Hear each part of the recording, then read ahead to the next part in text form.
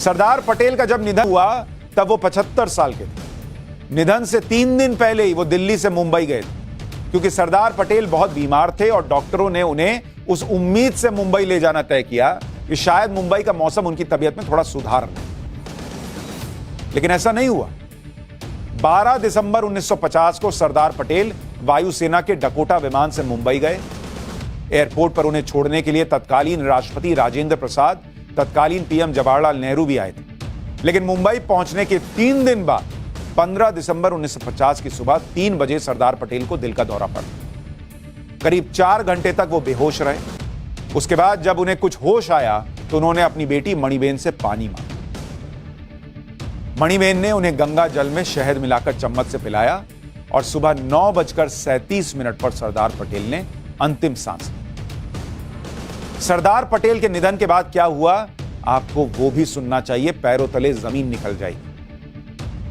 पटेल के निधन के 1 घंटे बाद ही संसद की बैठक बुलाई गई और वहां पर नेहरू ने पटेल के निधन के बारे में सदन को बताया। 1 हफ्ते का राजकीय शोक रखा गया और सभी सरकारी कार्यक्रम रद्द कर दिए गए। देश और विदेश से सरदार पटेल के निधन पर शोक संदेश आने लगे। पटेल के अंतिम संस्कार में शामिल होने के लिए नेहरू और सी राजगोपालाचारी दिल्ली से मुंबई पहुंच गए। लेकिन नेहरू नहीं चाहते थे कि कोई और भी सरदार पटेल के अंतिम संस्कार में जाए। मशहूर लेखक और नेता और शिक्षाविद के.एम. मुंशी की किताब है पिलग्रिमेज टू फ्रीडम। उसका पन्ना नंबर 289 और 290 खोलकर देख लीजिएगा। उन्होंने लिखा है कि जब सरदार पटेल का मुंबई में निधन हुआ तो जवाहरलाल ने अपने मंत्रियों और सचिवों को आदेश जारी किया कि वो सरदार पटेल के अंतिम संस्कार में न जाएं।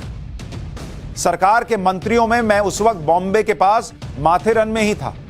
एनवी गाडगिल, सत्यनारायण सिन्हा, वीपी मेनन ने नेहरू के आदेश को नहीं माना और अंतिम संस्कार में शामिल हुए। अंतिम संस्कार में जाने से रोक रहे थे। जवाहरलाल नेहरू ने राष्ट्रपति राजेंद्र प्रसाद से भी मुंबई न जाने का निवेदन किया। यह बहुत हैरान करने वाला था, लेकिन राजेंद्र प्रसाद ने भी उनकी बात नहीं मानी।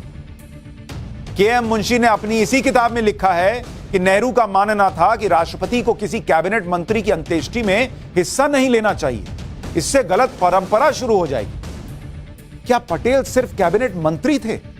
इस देश के लिए उनका इतना बड़ा योगदान और राजेंद्र प्रसाद को नहीं जाना चाहिए था, लेकिन नेहरू रोक रहे थे।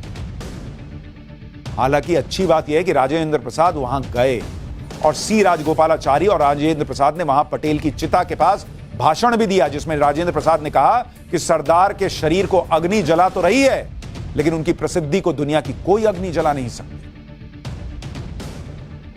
सरदार पटेल के करीबी रहे वीपी मेनन के साथ काफी अरसे तक काम करने वाले ब्यूरोक्रेट M.K. नायर ने अपनी किताब the story of an era told without ill will में लिखा है कि जैसे ही नेहरू को पटेल के निधन के बारे में पता चला, नेहरू ने 2 सरकारी नोट गृह मंत्रालय को भिजवाए। ये नोट वीपी मेनन के पास पहुंचे तो उस वक्त गृह मंत्रालय के सचिव थे वो। पहले नोट में नेहरू ने मेनन से कहा था कि सरदार पटेल जो सरकारी कैडिलैक कार इस्तेमाल कर रहे थे वो अगली ही सुबह विदेश मंत्रालय को भेज दी जाए। इतनी क्या हड़बड़ी थी सर। और नेहरू के दूसरे सरकारी नोट में यह कहा गया था कि सरदार पटेल के अंतिम संस्कार में अगर कोई अधिकारी जाना चाहता है तो उसे अपने पर्सनल खर्चे पर मुंबई जाना होगा। उस वक्त गृह मंत्रालय के बहुत सारे अधिकारी सरदार पटेल के अंतिम संस्कार में शामिल होना चाहते थे। बाद में गृह सचिव मेनन ने सभी को एक साथ बुलाया और करीब 12 अधिकारियों को अपने खर्चे पर मुंबई लेकर गए। जब नेहरू को यह बात पता चली तो वो मेनन से बहुत चिढ़ गए। वो लिख रहे हैं, किताब में लिख रहे हैं, बॉस, सरदार पटेल की अंत्येष्टि में लोग ना चाहें, ये क्या सोच है भाई, मैं तो समझ ही नहीं पा रहा। इतना दुख होता है सुनकर और गुस्सा भी आता है। सोचिए, ये सब नेहरू उस नेता के निधन पर कर रहे थे जो देश के गृह मंत्री ने डिप्टी पीएम भी थे और देश के सबसे मजबूत और लोकप्रिय नेताओं में एक थे। ये उनके अंत्येष्टि की तस्वीरें आपको दिखा रहा हूं। हैरान रह जाएंगे कि इसमें ये इतनी भीड़ ना हो, इतने लोग ना हो, ये भी कोई चाह रहा होगा, सोच रहा होगा। ऐसा कोई सोच सकता है? आप हैरान रह जाएंगे जब आप सुनेंगे कि सरदार पटेल के अंतिम संस्कार में कितने लोग शामिल थे। नेहरू के ये सब करने के बाद भी सरदार पटेल को अंतिम विदाई देने 10 लाख लोग आए थे। अरे कैसे रुकता है क्या प्यार।